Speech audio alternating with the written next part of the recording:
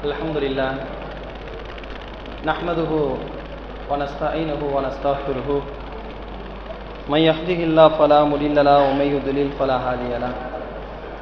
Wa ashhadu an la ilaha illallah wahdahu la sharika lahu wa ashhadu anna Muhammadan abduhu wa rasuluhu amma ba'd.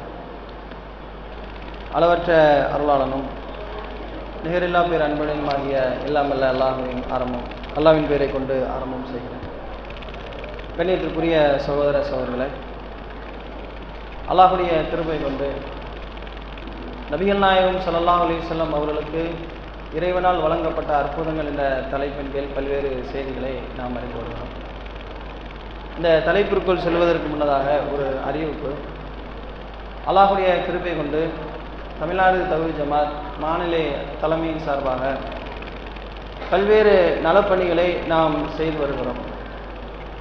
அதிலும் குறிப்பாக ஆலிம்களை உருவாக்கக்கூடிய 4 வருடத்தில் ஒரு திறமையான ஆலிமை உருவாக்கக்கூடிய ஒரு 4 வருட எம்ஏசி என்ற ஒரு பாடப்பிரிவின் கீழ் அதற்கான செயல் திட்டம் மதரசாக்களும், அதே போன்று அல்லாஹ்வுடைய குர்ஆனை மனனம் செய்ய வேண்டும் என்ற தூய நோக்கத்தோடு ஹிஃபுல் மதரசாவையும் அல்லாஹ்வுடைய கிருபை கொண்டு நடத்தி வருகிறோம். அதில் அல்லாஹ்வுடைய மிகப்பெரிய ஒரு அருள். இந்த வருடம் பார்த்தீங்கன்னு சொன்னால் கிட்டத்தட்ட 1.5 வருடத்திற்குள் முழு குர்ஆனையும் ஒரு சகோதரன் மனனம் செய்திருக்கிறார், ஒரு சிறிய மாணவர். அப்போ இது போன்று பல பகுதியில் இருக்கக்கூடிய மாணவர்களை உருவாக்க வேண்டும் என்ற உயர்ந்த நோக்கத்தில், அதே போன்று அப்படி மார்க்கத்தை அறிந்து கொள்ள வரக்கூடிய அவர்களை பொறுத்தளவில் வெறுமனே மார்க்க கல்வியோடு நிறுத்தி கொள்ளாமல் அவர்களுக்கு உலக கல்வியோடு சேர்த்து இந்த மார்க்க கல்வியும் பயிற்றுக் கொடுக்கக்கூடிய ஒரு நிலையை ஏற்படுத்தியிருக்கிறோம். அப்போ இது போன்ற இந்த அரும்பணிகள் அனைத்தும் நாம் கொடுக்கக்கூடிய இந்த பொருளாதாரத்தின் அடிப்படையில் தான் நடக்கிறது என்பதை நாம் எல்லாம் அறிந்து வைத்திருக்கிறோம். அந்த அடிப்படையில் இன்ஷா அல்லாஹ் வரக்கூடிய வெள்ளிக்கிழமை ஜும்மாவுடைய வசூலாக மாநில தலைமையினுடைய நிர்வாக செலவிற்காக இது போன்ற நிறுவனங்கள் தேவைப்படக்கூடிய நேரத்தில் ஏற்பாடு செய்யப்படக்கூடிய ஆர்ப்பாட்டங்கள், அநீதிக்கு எதிராக நாம் குரல் கொடுக்கக்கூடிய நேரத்தில் ஏற்படக்கூடிய செலவினங்கள், இது போன்று பல்வேறு நலப்பணிகளுக்காக அது பயன்படுத்தப்படுகிறது என்பதை கவனத்தில் கொண்டு சகோதர சகோதரிகள் இந்த வார வெள்ளிக்கிழமை உங்களுடைய நிதி ஆதாரத்தை அதிகமாக வழங்குமாறு கேட்டு அல்லாஹ்வுடைய கிருபை கொண்டு ஒரு 4 நாளாக நபிகள் நாயகம் ஸல்லல்லாஹு அலைஹி வஸல்லம் அவர்களுக்கு இறைவனுடைய புறத்திலிருந்து வழங்கப்பட்ட அற்புதங்கள் குறித்த பல செய்திகளை நாம் அறிந்து வருகிறோம். அதில் நபிகள் நாயகம் ஸல்லல்லாஹு அலைஹி வஸல்லம் அவர்கள் சொல்லக்கூடிய ஒரு செய்தி புகாரில் 4981வது செய்தியாக பதிவு செய்யப்பட்டிருக்கிறது. மாமினல் அன்பியாவு நபியு இல்லா அஅதிய மா மிஸ்லுஹா ஆமன அலைஹி பஷரு. இந்த உலகத்தில் வந்த எல்லா நபிமார்களுக்கும் இறைவனுடைய புறத்திலிருந்து அற்புதங்கள் வழங்கப்பட்டது. அப்படி அற்புதங்கள் வரக்கூடிய அந்த நேரத்தில் அந்த மக்கள் அதை நம்பிக்கை கொண்டார்கள் என்று நபி அவர்கள் சொல்லிவிட்டு, இன்னமா கான அல்லதி ஊத்தீத்து வஹியன் அவுஹா கொல்லது இளைய, எனக்கு அல்லாஹ்வுடைய புறத்திலிருந்து வழங்கப்பட்ட அற்புதம் என்பது அவன் அலங்கிய வேத வசனங்கள், வேத அறிவிப்புகள், குர்ஆன் தான் என்று நபிகள் நாயகம் ஸல்லல்லாஹு அலைஹி வஸல்லம் அவர்கள் நமக்கு சொல்லி காட்டுறாங்க. அப்போ அந்த அடிப்படையில் அல்லாஹ்வுடைய தூதர் ஸல்லல்லாஹு அலைஹி வஸல்லம் அவர்கள் சிலாகித்து சொல்லக்கூடிய ஒரு அற்புதம் தான் திருமறை குர்ஆன். அப்படிப்பட்ட குர்ஆன் எப்படியெல்லாம் அற்புதமாக இருக்கிறது என்பதை ஒரு நீண்ட நெடிய செய்திகளாக நாம் பார்க்க முடியும். காரணம், குர்ஆன் என்பதே ஒரு வாழ்வியல் அற்புதம்.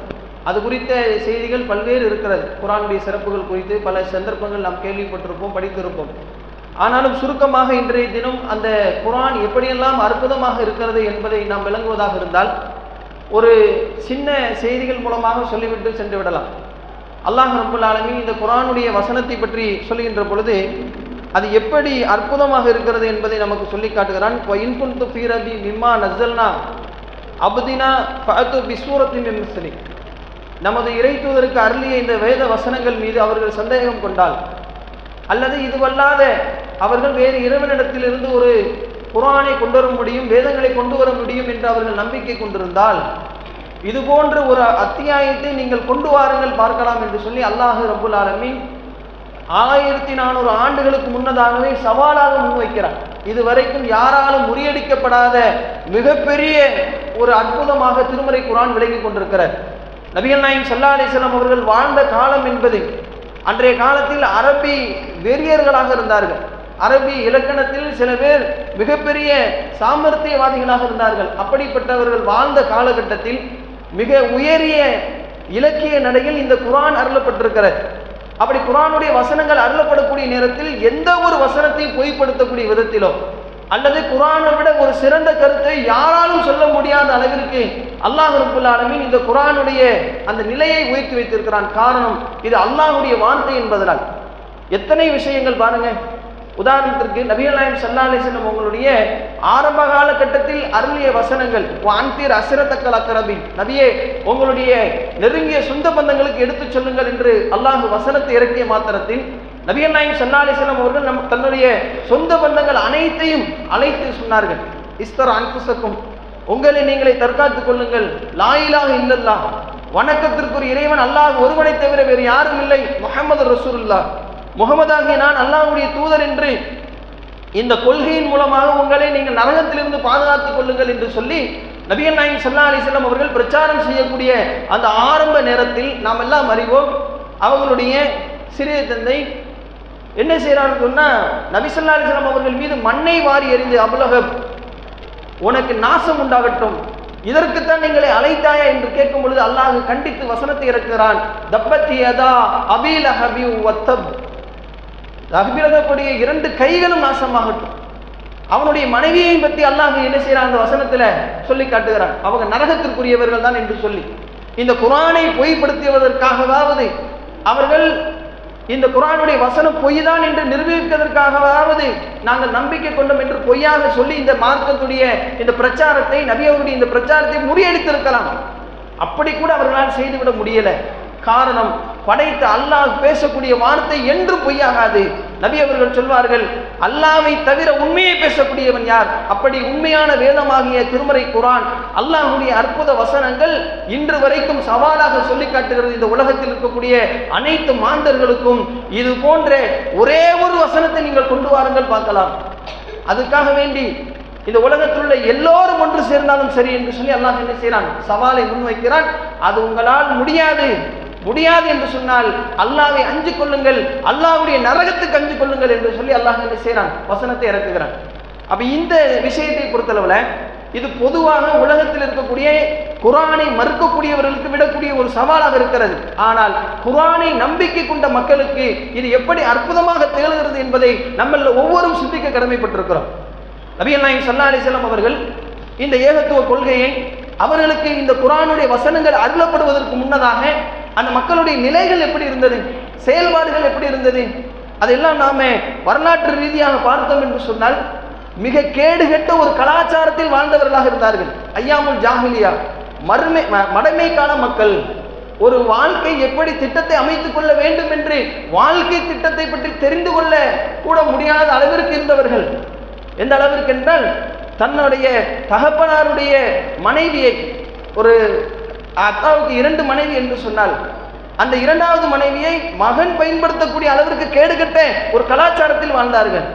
இன்னும் ஆயிஷா ரலியல்லாஹு அவர்கள் சொல்கிறார்கள், திருமணம் என்பது எப்படியெல்லாம் இருந்தது அன்றைய காலத்தில் சொல்வதற்கு அருவருக்கத்தக்க விதத்தில் ஆயிஷா அம்மா சொல்லி காட்டுறாங்க அந்த மக்களுடைய நிலையை பற்றி. ஒன்று, அவங்க சொல்றாங்க, ஒரு பெண்ணை திருமணம் முடித்த பிறகு அந்த பெண்ணை அங்க இருக்கக்கூடிய பிரமுகர்கள் அனுப்பி வைப்பாங்க. என்ன காரணம்? ஒரு நம்பிக்கை. இன்னொரு ஆணுக்கு அந்த பெண் கருவுற்று வந்தால் அது சிறப்பாக இருக்கும் என்ற அடிப்படையில் அவர்களிடம் இருந்த மிக முக்கிய பிரமுக இடத்தில் அந்த மனைவியை, கட்டிய மனைவியை கொண்டு விட்டுட்டு வந்துருவான். இப்படி திருமணம் முடித்து இப்படி வாழ்ந்தாங்க. அவர்களுக்கு ஒரு குழந்தை உண்டானதுக்கு பிறகுதான் இவன் சேர்ந்து வாழுவான். இவ்வளவு அருவருக்கத்தக்க அளவில் அவனுடைய செயல்பாடுகள் இருந்தது. இன்னொரு முறையை பற்றி அம்மா ஆயிஷா அம்மா சொல்லி காட்டுறாங்க. ஒரு வீட்டில் 10 பேருக்கு குறையாமல் செல்வார்கள், 10 பேருக்கு மேல் செல்வார்கள். பிறகு அந்த பெண்ணு கருவுற்று, அந்த கருவுற்ற பிறகு அந்த பெண்மணி நிபுணர்களை அழைத்து வந்து யாருடைய சாடையில் அந்த பிள்ளை இருக்கிறதோ அவர் தான் அந்த பிள்ளைக்கு அப்ப. 10 பேர் பயன்படுத்திய ஒரு பெண்ணை கடைசியில யாராவது ஒருவருக்கு அவ என்ன செய்வாங்க, திருமணம் முடித்து வைப்பாங்க. இப்படிப்பட்ட ஒரு நிலை இருந்தது. அடுத்து இன்னும் சொல்றாங்க, ஒரு வீட்டில் ஒரு வயதுக்கு வந்த பெண் திருமணத்திற்கு தயாராகி விட்டார் என்று சொன்னால் கொடியை நட்டு வைப்பார்கள். அதுதான் அளவுகோல், யார் வேணா போகலாம். பிறகு அந்த பெண்ணிடத்தில் பல பேர் உறவு கொண்டதுக்கு பிறகு யாராவது ஒரு திருமணம் முடித்து வைப்பாங்க. இது ஒரு முறை. இன்னொரு முறை இப்ப இருக்கக்கூடிய நடைமுறையில் இருக்கக்கூடிய இது என்று ஆயிஷா அம்மா சொல்லக்கூடிய இந்த சம்பவத்தை புகாரி போன்ற ஹதீஸ் கிரந்தங்களில் பார்க்க முடிகிறது. இவ்வளவு கேடுகட்ட ஒரு நிலையில் அவர்களுடைய நிலை இருந்தது. சரி, கடவுளை வணக்க வழிபாடுகள் செய்தார்கள். அவர்கள் வணங்கிய நாக்கு உஷா போன்ற தெய்வங்களை நிர்வாணமாக வணக்க வழிபாடுகள் செய்யக்கூடியவர்களாக இருந்தார்கள். அதே போன்று பெண் குழந்தைகளை மிக கேவலமாக கருதி கொண்டிருந்த காலகட்டம். மதுகளை குடம் குடமாக பேரல் பேரலாக அடுக்கி வைத்துக் கொண்டு அந்த மதுகளை மூழ்கியவர்களாக அந்த மக்கள் இருந்தார்கள். காம களியாட்டத்தில் மூழ்கி கிடந்தார்கள். பெண்களை ஆடு மாடுகளை போன்று ரொம்ப மோசமாக கருதி வந்தார்கள். அதே போன்று சாதி வேற்றுமையில் தலை விரித்து ஆடினார்கள். குறைசி குலம்தான் உயர்ந்தது என்று சொல்லிக் கொண்டிருந்தார்கள். மொழி வெறியர்களாக இருந்தார்கள். மனித உயிர்களை கொன்று குவித்தார்கள். பழி வாங்கும் பழக்கம் வாரிசுகளாக ஒரு வீட்டில் ஒரு குடும்பத்தில் ஒருவர் இன்னொரு குடும்பத்தை சார்ந்தவரை கொன்று விட்டார் என்று சொன்னால் இந்த குடும்பத்துக்காரன் அந்த குடும்பத்தில் ஒருத்தர் கொள்ளுவான். எப்பவும் யாரும் வெளியே சேஃப்டியா போயிட்டு உள்ள வர முடியாது. இந்த அளவிற்கு வாரிசுகளாக பழி வாங்கக்கூடிய பழக்கங்கள் அவர் இடத்தில் இருந்தது. அதே போன்று மூட பழக்கங்களிலே மூழ்கி கிடந்தார்கள்.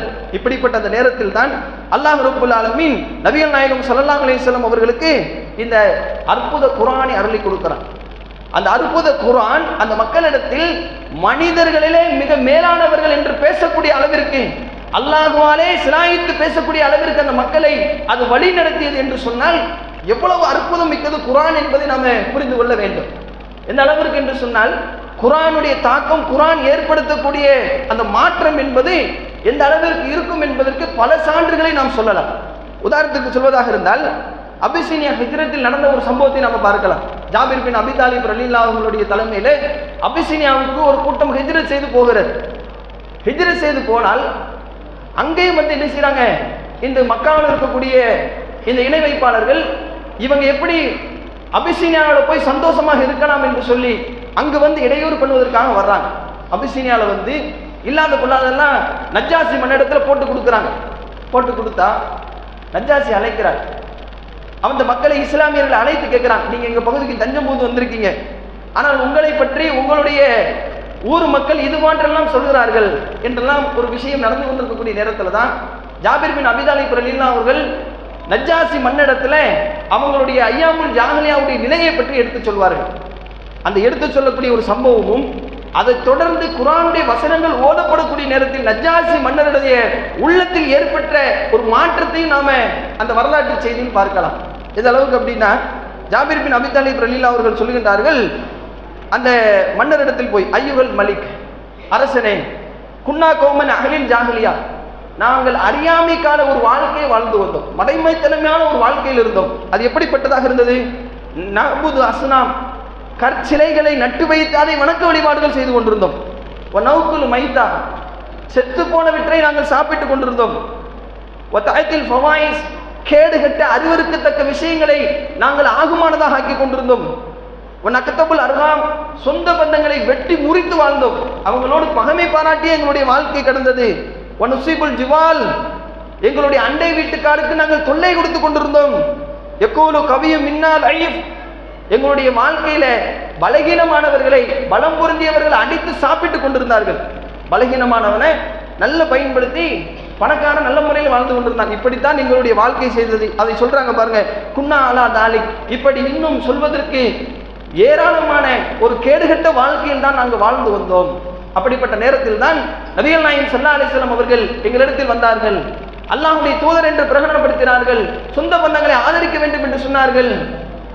அருவருக்கத்தக்க கேடுகட்ட காரியங்களை செய்யக்கூடாது என்று சொன்னார்கள். சிலைகளை வணங்கக்கூடாது என்று சொன்னார்கள். அல்லாஹ்வை மட்டும்தான் வணங்க வேண்டும் என்று சொன்னார்கள். நாங்கள் செய்த அனைத்து விதமான தீமைகளை விட்டு எங்களை தடுத்தார்கள் என்று சொல்லி ஜாபிர் பின் அபி தாலிப் ரலியல்லாஹு அவர்கள் அந்த இடத்துல நபிகள் நாயகம் ஸல்லல்லாஹு அலைஹி வஸல்லம் அவருடைய நுபுவத்தை பற்றியும் குர்ஆன் இறக்கி அருளிய இந்த செய்தியை பற்றியும் அங்கு எடுத்து சொல்கிறார்கள். இந்த ஒரு சம்பவம் எப்படி விளக்குது நமக்கு? அந்த மக்களிடத்தில் இருந்த மிகப்பெரிய தீமைகள் எந்த அளவுக்கு இருந்தது, எப்படிப்பட்ட ஒரு கலாச்சாரத்தில் அவர்கள் வாழ்ந்தார்கள் என்பதற்கு படம் பிடித்து காட்டக்கூடிய ஒரு சம்பவமாக இது இருக்கிறது. இந்த நேரத்தில் இந்த பேச்சுவார்த்தை முடியுது. முடிஞ்சா மக்காவில் இருந்து வந்த இணை வைப்பாளர்கள் என்ன செய்யறாங்கன்னு சொன்ன, சில அன்பளிப்பு பொருட்களை மன்னரிடத்தில் கொடுத்துதான் இஸ்லாமியர்களுக்கு கேடு செய்யக்கூடிய காரியத்தை செய்கிறார்கள். அப்படிப்பட்ட நேரத்தில் இன்னும் போட்டு கொடுக்குறாங்க, நீங்க அந்த மக்களை பற்றி நல்ல விளங்கிக் கொள்ளணும், அவர்கள் எங்களுடைய மார்க்கத்திலும் இல்லை, பல கற்களை வணங்கக்கூடிய, சிலைகளை வணங்கக்கூடிய எங்கள் கொள்கையிலும் இல்லை. அதே போன்று ஈசாவை வணங்கக்கூடிய உங்களுடைய கொள்கையிலும் இல்லை, கிறிஸ்தவ கொள்கையிலும் அவர்கள் இல்லை. உங்களுடைய தெய்வ அவர்கள் திட்டுகிறார்கள் என்றெல்லாம் சொல்லி என்ன செய்றாங்க, இன்னும் அவர்களை அதிகமாக எடுத்து வைக்கிறாங்க. சொன்ன மறுநாள் அழைப்பு கொடுக்கப்படுகிறது. திரும்ப மறுநாள் வந்து நஜ்ஜாசி மன்னரிடத்தில் ஜாபிர் பின் அபி தாலிப் ரலியல்லாஹு அவர்கள் பேசுகிறார்கள். எங்களுடைய கிறிஸ்தவ கொள்கை குறித்து உங்களுடைய நிலைப்பாடு என்ன? அப்ப அவங்க சொல்றாங்க, ஈசா அலைஹிஸ்ஸலாம் அவர்கள் அல்லாஹ்வுடைய ஒரு தூதர், அவர் மனித என்ற சக்தியை தாண்டி வேறு ஒன்றுமில்லை, அல்லாஹ்வுடைய ஆன்மா என்று சொல்லி இஸ்லாம் ஈசா நபியை குறித்து சொல்லக்கூடிய அனைத்து கருத்துக்களையும் அங்கே உடைக்கிறார்கள். இப்படி சொன்ன உடனே நஜ்ஜாசி அந்த இடத்தில் கேட்கிறார், சரி உங்களுடைய இறை தூதருக்கு வழங்கப்பட்ட குர்ஆனுடைய வசனங்களை எடுத்து சொல்லுங்கள் பார்க்கலாம். அப்பதான் எடுத்து சொல்லக்கூடிய நேரத்தில் அவங்க என்ன செய்யறாங்கன்னா, சூரா மரியத்துடைய வசனங்களை கிட்டத்தட்ட 50 வசனங்களை அங்கு ஓதி காமிக்கிறார்கள். காஃபா யா ஐன் சாத் திக்ரு ரஹ்மத்தி ரப்பிக அப்தஹு சக்கரியா இதுநாதா ரப்பஹு நிதான் ஹஃபியா என்று சொல்லக்கூடிய இந்த வசனங்களை ஓதி காட்டிய மாத்திரத்தில் நஜ்ஜாசி அப்படியே தேம்பி தேம்பி ஆள ஆரம்பித்து விடுகிறார்.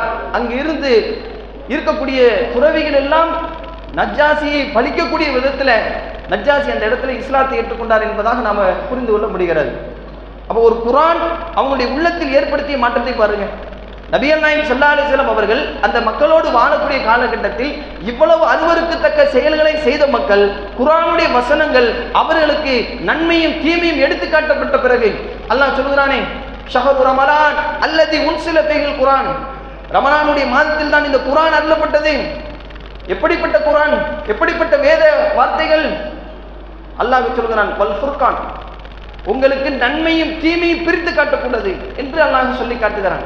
அப்ப அப்படிப்பட்ட வேதம் அந்த மக்களிடத்தில் எவ்வளவு பெரிய ஒரு மாற்றத்தை ஏற்படுத்தியது என்றால், அல்லாஹ் குர்ஆனிலே வாக்குறுதி தருகிறான், அல்லாஹ்வுடைய வசனங்கள் ஓதி காட்டப்பட்டால் இதா துலியத் அலைஹிம் ஆயாத்தியும் சாதகும் ஈமானம், வசனங்கள் அவருடைய ஈமானை அதிகரிக்கும் என்று அல்லாஹ் சொல்கிறான். ஏற்படுத்தியது ஒரு அற்புதத்தை அங்கு நிகழ்த்தியது. மதுவிலே மூழ்கி இருந்த மக்கள் அந்த மதுவை விட்டு வெளியே வந்தார்கள். விபச்சாரத்தில் களிகாட்டங்களில் ஈடுபட்டவர்கள் அதை தூக்கி எறிந்து விட்டு வந்தார்கள்.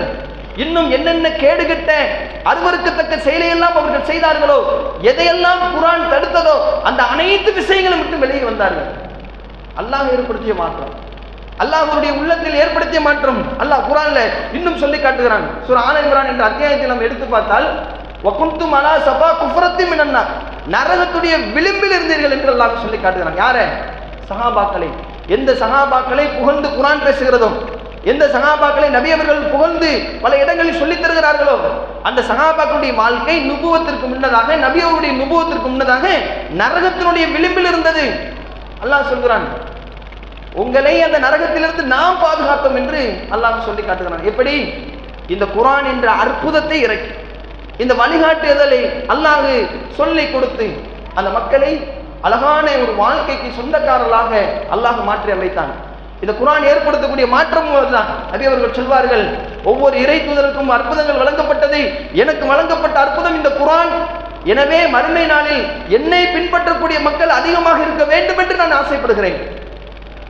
எந்த நபிக்கும் இவ்வளவு பெரிய பிரம்மாண்டத்தை அல்லாஹ் ஏற்படுத்தி கொடுக்கவில்லை. பல்வேறு சந்தர்ப்பத்தில் நபி அவருடைய மிஹ்ராஜ் பயணத்தில் கூட நபிகள் நாயகம் ஸல்லல்லாஹு அலைஹி வஸல்லம் அவர்கள் சொல்லுகிறார்கள், ஒவ்வொரு சமுதாயம் அவருடைய இறை தூதருக்கு பின்னாடி சென்றார்கள். ஒரு கட்டத்தில் எனக்கு காட்டப்பட்டது மிக பிரம்மாண்டமான கூட்டம். அப்போது என் மனசில் நான் நினைத்தேன், இது என்னுடைய உம்மத்தாக இருக்கவே கூடாதா? ஒரு இறை தூதருக்கு பின்னாடி ஒருவர் சென்றார், ஒரு இறை தூதருக்கு பின்னாடி யாருமே இல்லை. இப்படியாக இறை தூதர்களை நம்பாத மக்கள் இருக்கக்கூடிய நேரத்தில் ஒரு பிரம்மாண்டமான கூட்டத்தை இறை தூதருக்கு பின்னால் பார்க்கக்கூடிய நேரத்தில் அது என்னுடைய உம்மத்தாக இருக்காதா என்று நான் நினைத்தேன். கேட்டேன். நபி அவர்களுக்கு சொல்லப்படுகிறது, அது மூசா நபியுடைய உம்மத். அதுக்கு பிறகு ரசூலுல்லாஹ்வுக்கு அல்லாஹ் காட்டுறான். இன்னும் பாருங்க, விண்வெளி பயணத்தில், அந்த மேராஜ் பயணத்தில் நடந்த ஒரு அற்புத சம்பவம் அல்லாஹ் எடுத்து காட்டுகிறான். அதை விட பிரம்மாண்டமான ஒரு கூட்டத்தை, அதைத்தான் நபி அவர்கள் நமக்கு சொல்லி காட்டுகிறார்கள். என்னை பின்பற்றக்கூடிய ஒரு பிரம்மாண்டமான ஒரு கூட்டம் உருவாக வேண்டும் என்று நான் ஆசைப்படுகிறேன் என்று. அதை அல்லாஹ் ரப்புல் ஆலமீன் இந்த குர்ஆனின் மூலமாக ஏற்படுத்தி தந்திருக்கிறார். நபிகள் நாயகம் ஸல்லல்லாஹு அலைஹி வஸல்லம் உடைய காலத்தில் என்னென்ன பாவமான காரியங்களை செய்தார்களோ எல்லாத்தையும் தூக்கி எறிந்தார்கள். அல்லாஹ்வுடைய தூதர் ஸல்லல்லாஹு அலைஹி வஸல்லம் உடைய காலத்தில் பாருங்க, மதுவை பற்றியான வசனங்கள் அருளப்படுகிறது. சிறுக சிறுக அல்லாஹ் ரப்புல் ஆலமீன் குர்ஆனிலே வசனங்களை இறக்கி மதுவை தடை செய்து கொண்டே வருகிறான். ஒரு கட்டத்தில் அந்த மது முழுமையாக தடை செய்யப்படுகிறது. நாம் கேள்விப்பட்டிருப்போம். இந்த செய்தியை பார்ப்பதாக இருந்தால் புகாரில 2464வது செய்தியாக பதிவு செய்யப்பட்டிருக்கிறது. அனஸ் ரலியல்லாஹு அறிவிக்கிறாங்க, அலா இன்னல் ஹம்ர கத் ஹுரிமத். இந்த செய்தியை அறிவிப்பாளர் வந்து அறிவிக்கிறார். அதாவது நபி ஸல்லல்லாஹு அலைஹி வஸல்லம் உங்களுக்கு குர்ஆனுடைய வசனங்கள் அருளப்பட்டு விட்டது, மது முற்றிலுமாக உங்களுக்கு தடை செய்யப்பட்டு விட்டது என்ற அறிவிப்பு வரக்கூடிய நேரத்தில் அறிவிப்பாளர் என்ன செய்யறார் சொன்னா, மதீனாவுடைய வீதியில் வந்து சொல்லிக் கொண்டிருக்கிறார், அலா மக்களை அறிந்து கொள்ளுங்கள், இன்ன ஹம்ர கத் ஹுரிமத், மது முற்றிலுமாக தடை செய்யப்பட்டு விட்டது என்று சொன்ன உடனே அபூதல்ஹா ரலியல்லாஹு அவர்களுடைய வீட்டிலே பணிவிடை செய்யக்கூடியவர்களாக அனஸ் ரலியல்லாஹு இருக்கிறாங்க. என்ன வேலை தெரியுமா? 10 வயது இருக்கக்கூடிய இந்த சிறுவர் அவருடைய பணி என்ன அப்படின்னு சொன்னா, மக்களுக்கு மதுவை சாராயத்தை ஊற்றி பரிமாறி கொடுக்கக்கூடிய இந்த வேலையை செய்து கொண்டிருக்கிறார்கள். அந்த நேரத்தில் அல்லாஹ் வசனத்தை இறக்கிறான். சொன்ன உடனே அபூதல்ஹா அவரை கூப்பிட்டு அழைத்து சொல்கிறார்கள், ஃபகால லி அபூதல்ஹா, அபூதல்ஹா என்னை அழைத்தார்கள், இஹ்ருஜி ஃபஹ்ரிகஹ, இதை கொண்டு போய் தூர ஊத்திரேன் அப்படின்னு சொல்லும் பொழுது அதை நான் வீதியில் கொண்டு ஊத்தினேன். ஃபஜரத் ஃபி சிகாக்கில் மதீனா, அது மதீனாவுடைய வீதியில் ஒரு ஆறை போன்று காட்சி எடுத்து ஒரு இலக்கியமாக சொல்லி காட்டாங்க. அவ்வளவு பேரல் பேரலாக அடுக்கி வைத்துக் கொண்டு இந்த மதுவுக்கு அடிமையாக இருந்த மக்கள். சிந்தித்து பாருங்க, எவ்வளவு பெரிய மாற்றம். மதுவிலிருந்து விலகவே முடியாது என்று இருந்த அந்த மக்களை அல்லாஹ் சின்ன சின்ன வசனங்களாக சிறுக சிறுக குர்ஆனுடைய வசனங்களை அருளி முதல்ல தொழுகைக்கு போகும்போது அல்லாஹ் தடுக்கிறான். லா தக்ரபு ஸலா இன்னஹும் கான சுகாரா, நீங்கள் தொழுகையின் பக்கம் நெருங்காதீங்க, நீங்கள் போதை வயப்பட்டவராக இருக்கும் பொழுது தொழுகைக்கு போகாதீங்க.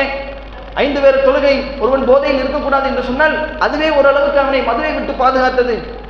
இப்படியே அல்லாஹ் சிறுக சிறுக படிப்படியாக அந்த மதுவை முற்றிலுமாக அந்த மக்கள் மத்தியிலே தடை என்று வருகின்ற பொழுது அதை தயவுதாட்சணை இன்றி செய்வதற்கு முன் வந்தார்கள் என்று சொன்னால் அல்லாஹ்வுடைய குர்ஆன் இங்குதான் அற்புதமாக இருக்கிறது. குர்ஆனுடைய வசனத்திற்கு அவர்கள் கொடுத்த முக்கியத்துவம், அல்லாஹ்வுடைய வார்த்தை என்ற அந்த பயம் பொதுவாக இன்றைக்கு எல்லாரிடத்திலும் வர வேண்டும்.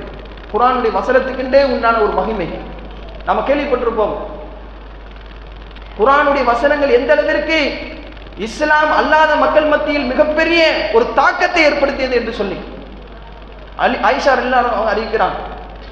அபூ ஹுரைரா ரலியல்லாஹு அவர்கள் என்ன செய்வார்கள் சொன்னா, அபூபக்கர் சித்திக் ரலியல்லாஹு அவர்கள் என்ன செய்வாங்கன்னு சொன்னா, அவங்க வீட்டுக்கு வெளியே ஒரு பள்ளிவாசலை அமைக்கிறாங்க, ஒரு மர்கஸை அமைத்து அதுல என்ன செய்யறாங்கன்னு சொன்னா குர்ஆனை ஓதிக்கொண்டிருக்கிறார்கள்.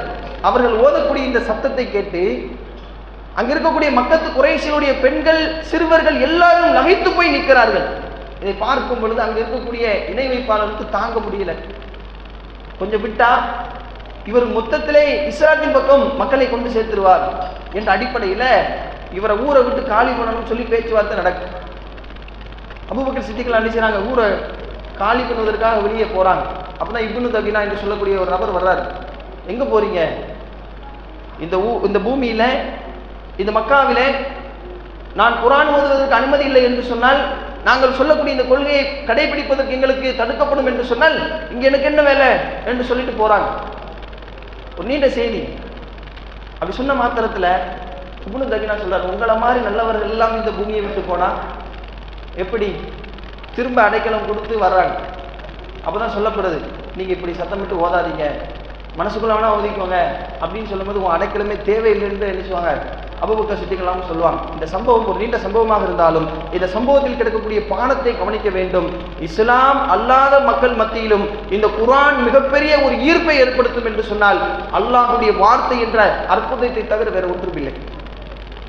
இப்படி நிறைய செய்திகளை சொல்லலாம், நமக்கு பாடம் வேணுமே. குர்ஆனை பற்றி சொல்லக்கூடிய ஏராளமான செய்திகள் இருக்கு. நபி அவர்களுடைய காலத்தில் நடந்த சில சம்பவங்கள், சில சஹாபாக்கள் இஸ்ராத்தை வந்து அங்கம் வகித்த சில விஷயங்கள் இருக்கிற சில சஹாபாக்கள் சொல்வார்கள், நபிகள் நாயகம் ஸல்லல்லாஹு அலைஹி வஸல்லம் அவர்கள் இந்த சூராவை இந்த வசனத்தை ஓதுவதை நான் கேட்டேன், அந்த வசனத்தை ஓதுகின்ற பொழுது என்னுடைய உள்ளங்கள் அப்படியே அதன்பால் ஈர்க்கப்பட்டு விட்டது என்று சொல்லக்கூடிய நிறைய செய்திகள் இருக்கிறது. இதெல்லாம் ஒரு பக்கம் இருந்தாலும் அது நம்ம இடத்தில் என்ன அற்புதத்தை கொண்டு வந்தது என்பதை நம்மள ஒவ்வொருத்தரும் சிந்திக்க வேண்டும். எத்தனை குர்ஆன் வசனங்களை நாம் இதுவரை கேள்விப்பட்டிருப்போம், எத்தனை குர்ஆன் வசனங்களை நம்முடைய வாழ்க்கையில் படித்திருப்போம். இதையெல்லாம் நம்முடைய வாழ்க்கையிலே நடைமுறைக்கு கொண்டு வந்திருக்கிறோமா? பாவங்களை விட்டு விலக வேண்டும் என்று இஸ்லாம் சொல்லுகின்ற பொழுது, குர்ஆன் சொல்லுகின்ற பொழுது, நபி அவர்கள் சொல்லுகின்ற பொழுது அந்த போதனைகளை ஏற்று நம்முடைய வாழ்க்கையில் நடைமுறைப்படுத்துவதற்கு நாம் எந்த அளவிற்கு ஆயத்தமாக இருக்கிறோம்?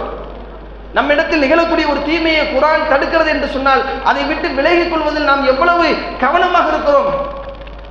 நபிகள் நாயகம் ஸல்லல்லாஹு அலைஹி வஸல்லம் காலத்தில் எத்தனையோ சம்பவங்களை சொல்லலாம். ஒரு சின்ன சின்ன விஷயங்கள் கூட அவங்களுடைய உள்ளத்தில் எவ்வளவு பெரிய தாக்கத்தை ஏற்படுத்தியது என்று நாம் பார்க்க முடியும். புகாரில 4845வது செய்தியாக பதிவு செய்யப்பட்டிருக்கிறது. பனு தமீம் என்று சொல்லக்கூடிய ஒரு கோத்தினத்தர், பல சிந்தர்கள் நாம கேள்விப்பட்டிருப்போம் அந்த சம்பவங்களை. இவங்க என்ன செய்யறாங்கன்னு சொன்னா, ரசூலுல்லாஹை சந்திக்க வர்றாங்க. வந்த உடனே ரசூலுல்லாஹ்ட்ட சொல்றாங்க, அல்லாஹ்வுடைய தூதரே, எங்கள்ல இருக்கக்கூடிய சிலர் நாங்கெல்லாம் இருக்கிறோம்ல, எங்கள்ல இருந்து ஒருவரை எங்களுக்கு தலைவராக நியமித்துட்டாங்க அப்படின்னு சொன்ன உடனே நபிகள் நாயகம் ஸல்லல்லாஹு அலைஹி வஸல்லம் அவங்க அமைதியா இருக்கிறாங்க. அப்ப அபூபக்கர் சித்திக் அவங்க என்ன செய்யறாங்கன்னு சொன்னா, முன் வந்து சொன்னாங்க, இவரை தலைவராக போடுங்க. உடனே உமர் தான் எழுதுறாங்க. அவங்க சொன்னாங்க, இல்ல இல்ல அவரை தலைவராக போடுங்க அப்படின்னு சொன்ன உடனே அங்க சத்தம் கூடுது. அபூபக்கர் சொன்ன கருத்துக்கு நேர் மாற்றமாக உமர் சொன்ன உடனே உமர்லாவுடைய வார்த்தையை கேட்டவொடனே அபூபக்கருக்கு என்ன கோபம் வருதுன்னு சொன்னா, என்ன நான் சொன்னதுக்கு மாற்றி சொல்லணும்னே சொல்றீங்களா? நீங்க உங்க கருத்து சொன்னீங்க, நான் என் கருத்து சொல்றேன். இதுதான் நடந்த சம்பவம். ஆனால் அல்லாஹ் இந்த இடத்துல ஒரு வசனத்தை இறக்குகிறான். 49வது அத்தியாயத்தின் 2வது வசனம், யா அய்யுஹல்லதீன ஆமனு, நம்பிக்கை கொண்ட விசுவாசிகளே, லா தர்ஃபவு அஸ்வாத்துக்கும் ஃபௌக ஸௌத்தின் நபி, நபியின் சத்தத்திற்கு முன் உங்கள் சத்தத்தை உயர்த்தாதீர்கள். இந்த வசனத்துடைய கருத்து என்ன தெரியுமா? ரசூலுல்லாஹ் அமைதியா இருக்கிறாங்க, வஹிக்காக கூட காத்திருக்கலாம், யாரை தலைவராக நியமிக்கலாம் என்ற அடிப்படையில் வஹிக்கு காத்திருந்தார்களோ என்னவோ, அதுக்கு முன்னதாக இவங்க முந்திக் கொண்டு சொல்லும் பொழுது அல்லாஹ் தடுக்கிறான், நபியின் சத்தத்திற்கு முன் உங்க சத்தத்தை உயர்த்தாதீங்க.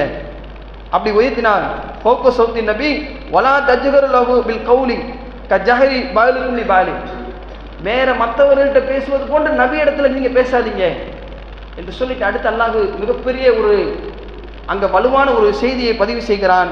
அப்படி நீங்கள் செய்தால் அன் தஹபத் அமாலிக்கும், உங்களுடைய அமல் பாழாகிறோம். சஹாபாக்கள் நடுங்கி போயிட்டாங்க. எவ்வளவு பெரிய தாக்கத்தை இந்த வசனம் ஏற்படுத்தியது என்று சொன்னால், பெரிய பாரதூரமான விஷயமெல்லாம் ஒன்றும் இல்லை. நபியினுடைய சப்தத்துக்கு மேல் உங்க சப்தத்தை உயர்த்தக்கூடாது, இதுதான் சட்டம், கட்டளை.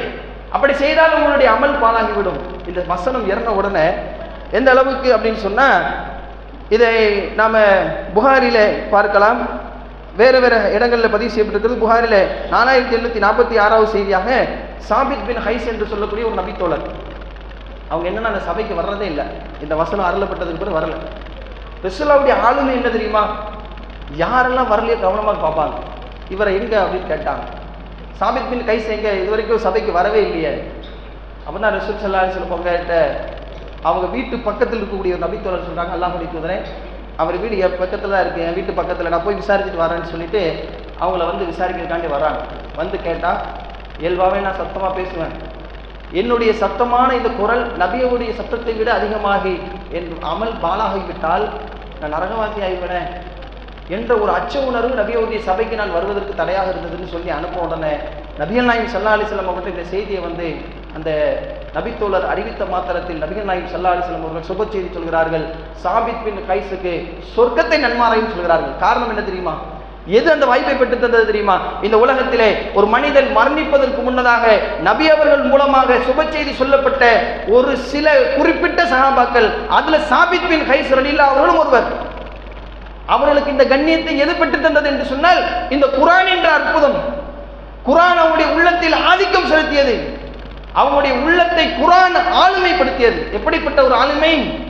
மிகப்பெரிய ஒரு தாக்கத்தை ஏற்படுத்துகிறது. நபி அவருடைய சத்தத்திற்கு பின் நாம் போய் முன்னாடி பேசி நம்முடைய அமல் பாழாகிவிட்டால் நாம் நரகவாதியாக விடக்கூடாது என்ற பய உணர்வினால் நான் அந்த சபைக்கு வரலன்னு சொல்லும் பொழுது ரசூலுல்லாஹ் சொல்லி அனுப்புறாங்க, சாபித் பின் கைஸ் நரகவாசி அல்ல, சொர்க்கவாசின்னு சொல்லி சொல்லுங்க அப்படின்னு. இது இவங்கிட்ட ஏற்படுத்திய மாற்றம். இதே அப்படியே உமர்லாவுடைய வரலாற்றில் எப்படி வருகிறது என்று சொன்னால், இந்த வசனம் அருளியதற்கு பிறகு உமர்லாவுடைய நிலை எப்படி மாறுது தெரியுமா? அதுக்கு முன்னாடி அவங்க எப்படி இருந்தாங்கன்னு தெரிஞ்சால்தான் அவங்களுடைய நிலை எப்படி பின்னாடி மாறுதுன்னு தெரியலாம். பல சந்தர்ப்பங்களில் நபி அவர்களிடத்தில் நெருப்பு மாதிரி பேசுவாங்க. எந்த அளவுக்கு? ஹுதைபியா உடன்படிக்கை நடக்கக்கூடிய நேரத்தில் நபிகள் நாயகம் ஸல்லல்லாஹு அலைஹி வஸல்லம் அவர்கள் சொல்லக்கூடிய எதிரிகள் சொல்லக்கூடிய எல்லா கருத்துக்கும் உடன்பட்டு போவார்கள். எல்லாத்தையும் அவங்க சொல்வது மாதிரி எழுதுறதுக்கு தயாராக நிற்பாங்க. உம்ராவுக்கும் போகக்கூடாது என்று சொன்ன மாத்திரத்துல தான் உடனே உமர்லா அவர்கள் கோபப்படுவார், கொந்தளித்து விடுவார்கள். அல்லாஹ்வுடைய தூதரே, நாம் சத்தியத்திலும் அவர்கள் அசத்தியத்திலும் இருக்கவில்லையா? நீங்கள் உண்மையிலே அல்லாஹ்வுடைய தூதர் இல்லையா? முதல் கேள்வி அதுதான். ஆமா, நான் அல்லாஹ்வுடைய தூதர் தான். நாம் சத்தியத்திலும் அவர்கள் அசத்தியத்திலும் இருக்கவில்லையா? பிறகு எதற்கு நாம் அவர்களுக்கு இவ்வளவு இறங்கி போக வேண்டும் என்று நபி அவருடைய மேலாடையை பிடித்துக் கொண்டு பேசியவர்கள் இந்த உமர் அல்லாஹ் அவர்கள். பல்வேறு சந்தர்ப்பங்களில் நபி நாயகம் ஸல்லல்லாஹு அலைஹி வஸல்லம் அவர்களுக்கு முன்னதாக வந்து ஆலோசனை சொல்லக்கூடியவர்கள் உமர் அல்லாஹ் அவர்கள். பத்ர் போர் களம் சம்பவம் நாம் கேள்விப்பட்டிருப்போம். இப்படி எல்லாம் பேசின உமர் அல்லாஹ் அவர்கள் இந்த வசனம் அருளியதற்கு பிறகு இதே புகாரில் வருகிறது. எப்படி என்றால், உமர் அல்லாஹ் அவர்கள் ஒரு கருத்தை சொன்னால் ரசூலுல்லாஹ் கேட்பாங்களாம், திரும்ப சொல்லுங்க அப்படின்னு. அவ்வளவு சாதுவா மாறிட்டாங்க. ஒரு கருத்தை பதிவு செய்யும் போது கூட நான் சத்தமாக சொல்லி என்னுடைய கருத்தினால் என்னுடைய அமல் பாழாகிவிட்டால் எவ்வளவு பெரிய ஒரு அச்சத்தை இந்த குர்ஆன் ஏற்படுத்துகிறது. அதுதான் அல்லாஹ் சொல்கிறான், வைதா குலியத் அலைஹிம் ஆயாத்திஹும் சாதஹும் ஈமானா. அல்லாஹ்வுடைய வசனங்கள் அவர்களுக்கு சொல்லப்பட்டால், அறிவுறுத்தப்பட்டால், அதை கேட்கும் பொழுது அவங்களுடைய உள்ளங்கள் நடுங்கிவிடும் என்று உள்ளத்தில் இது போன்ற ஒரு மாற்றத்தை ஏற்படுத்தும். மாற்றத்தை ஏற்படுத்தியது சாதாரண விஷயமாங்க. அல்லாஹ்வுடைய வசனத்துக்கே உண்டான மகிமை. ஆனால் இந்த வசனங்கள் நமக்கு தாக்கத்தை ஏற்படுத்துதா? ஒரு சத்தத்தை உயர்த்தினால் அமல் பாழாகிவிடும் என்று சொன்னால் இறைவன் எத்தனை விஷயங்களை சொல்லி காட்டுகிறான். இதை செய்தால் உன் அமல் பாழாகிவிடும். என்னைக்காக பயந்திருக்குமா? அதை பற்றியான அச்ச உணர்வு இருந்திருக்குமா? அமல் இல்லாமல் நாளை மறுமை நாளிலே வெற்றி பெற முடியுமா? அல்லாஹ் சொல்கிறான், ஃபமன் கான யர்ஜு லிகா ரப்பி. யார் உங்களுடைய இறைவனுடைய சந்திப்பை எதிர்பார்க்கிறீர்களோ ஃபல்யஅமல் அமலன் சாலிஹா, அமலோடு வா என்று சொல்கிறான். அல்லாஹ்வுடைய சந்திப்பை நீ எதிர்பார்த்தால் மறுமை நாளில் அமலோடு வா, அப்பதான் வெற்றி. அல்லாஹ் சொல்லி காட்டுகிறான். அதை புரிந்ததுனால சஹாபாக்கள் பயந்து போகிறாங்க. அமல் இல்லாம போனா அல்லாஹ்ட்ட மாட்டிக்கிறோமே, அமல் பாழாகினால் நரகம்ல சொர்க்கம் போக முடியாதே என்ற பய உணர்வு இருந்துச்சு. இன்னைக்கும் அல்லாஹ் நம்மை பார்த்து இது போன்று எத்தனையோ வசனங்கள் பேசுகிறான். பொய் பேசாதே, புறம் பேசாதே, அவதூறு பேசாதே, வட்டி வாங்காதே, பிறருடைய மானத்தில் விளையாடாதே, இது போன்று பல்வேறு கட்டளைகளை குர்ஆன் நமக்கு போதிக்கிறதே. இத்தனை வசனங்கள் நம்முடைய உள்ளத்தில் மாற்றத்தை ஏற்படுத்தியதா? ஏற்படுத்தலன்னு சொன்னா அல்லாஹ் தெளிவா சொல்றானே, இது ஹுதல்லில் முத்தகீன், இறையச்சம் உடையவருக்கு தான் நேர்வழி காட்டும். ஹுதல்லினா சிபையினாத் மினல் ஹுதா வல் ஃபுர்கான், நன்மையும் தீமையும் பிரித்து காட்டும் என்று அல்லாஹ் சொல்லக்கூடிய இந்த விஷயங்கள் அனைத்தும் இறையச்சம் உடையவர்களுக்காகத்தான். அப்படிப்பட்ட இறையச்சத்தை உண்டு செய்து கொள்வதற்குத்தான் இந்த ஒரு மாச பயிற்சி. சாதாரண விஷயம். அவங்க யோசிச்சு பாருங்க, ஒரு மாசம் பட்டினியா கிடக்கிறோம், பகல் நேரங்கள்ல பருகாமல் இருக்கிறோம். பொதுவா பொய் பேசக்கூடாது, புறம் பேசக்கூடாது. நபிகள் நாயகம் ஸல்லல்லாஹு அலைஹி வஸல்லம் அவர்கள் மிக எச்சரிக்கையாக சொல்கிறார்கள், மல்லம் யதா கவுல ஸூர் வ அமல பிஹி ஃபலைஸ லில்லாஹி ஹாஜத்துன் அய்யதாமஹு வ ஷராபஹு. எவன் ஒருவன் நோன்பு வைத்த நிலையிலே நோன்பாளியாக இருந்து கொண்டு பொய்யான பேச்சுகளையும் பொய்யான நடவடிக்கைகளை விட்டு விலகவில்லையோ அவர் பசித்ததும் தாகித்ததும் அல்லாஹ்வுக்கு எந்த தேவையும் கிடையாது என்று நபி அவர்கள் சொன்னார்கள். அப்படின்னா என்ன? பட்னி கிடந்தது வேஸ்ட், தாகித்திருந்தது வேஸ்ட், இறையச்சம் இல்லை. அப்ப இந்த உணர்வை எப்படி நபி அவர்கள் நமக்கு சொல்லி காட்டுறாங்க? அல்லாஹ் எப்படிப்பட்ட பயிற்சியை தாரான்? பொய் பேசாதுங்கிறது எல்லா காலத்துக்கும், நமக்கு மட்டும் இல்லை, புறம் பேசாதுங்கிறது எல்லா மாசத்துக்கும். இப்படி நம்முடைய வாழ்நாள் முழுவதும் கடைபிடிக்க வேண்டிய அனைத்து விஷயங்களும் நமக்கு சொல்லக்கூடிய இறைவன் இந்த பயிற்சியின் மூலமாக நம்மளுடைய உள்ளத்தில் மிகப்பெரிய தாக்கத்தை தருகிறான். ஒரு மாசம் பகல் நேரங்களில் உண்ணாம இருக்கிற, பருகாம இருக்கிற உன்னுடைய கட்டிய மனைவி உனக்கு அனுமதிக்கப்பட்டவள் தான், ஆனாலும் ரமலானுடைய பகல் நேரங்களில் தடுக்கப்பட்டிருக்கிறது நோன்பு வைத்தால். எல்லாம் விலகி இருக்கிறோம்ல. ஏன்? அல்லாஹ் பார்க்கிறான். அல்லாஹ் சொன்ன அல்லாஹ்வுடைய கட்டளை இதுதான். இந்த கட்டளையை எல்லா சந்தர்ப்பத்திலும் கடைபிடிப்பதற்கு தான் இது ஒரு மாத கால பயிற்சி என்பதை கவனத்தில் கொண்டு நம்முடைய வாழ்க்கையில் இந்த குர்ஆன் ஆளுகை செய்ய வேண்டும். எப்படி நபி தோழருடைய உள்ளத்தில் இந்த குர்ஆன் மிகப்பெரிய ஆதிக்கத்தை செலுத்தியதோ, அவங்களுடைய உள்ளத்தில் இவ்வளவு பெரிய மாற்றத்தை கொண்டு வந்ததோ, அது போன்று இந்த குர்ஆனுடைய தொடர்பை நாம் அதிகப்படுத்தணும். குர்ஆனுடைய தொடர்பு தான் நாளை மறுமை நாளில் நம்மளை அல்லாஹ்விடத்துல மிகப்பெரிய ஒரு அந்தஸ்தில் கொண்டு சேர்க்கும். நபி அவர்கள் சொல்வார்கள், இக்ராவு குர்ஆன், நீங்கள் குர்ஆனை படித்து வாருங்கள், அந்த குர்ஆன் என்பது மறுமை நாளில் உங்களுக்கு சாட்சியாக வந்து நிற்கும் என்று சொன்னார்கள். அப்படிப்பட்ட குர்ஆனுடைய தொடர்பை நாம் அதிகப்படுத்தணும் எல்லா காலங்களிலும். குறிப்பாக அது இறக்கி அருளப்பட்ட இந்த ரமலானுடைய காலங்களில் அதனுடைய தொடர்பு நம்ம இடத்துல அதிகமாக இருக்கணும். அரபியில மட்டும் ஓதிட்டு போவோம், அரபியில் ஓதுன நன்மை.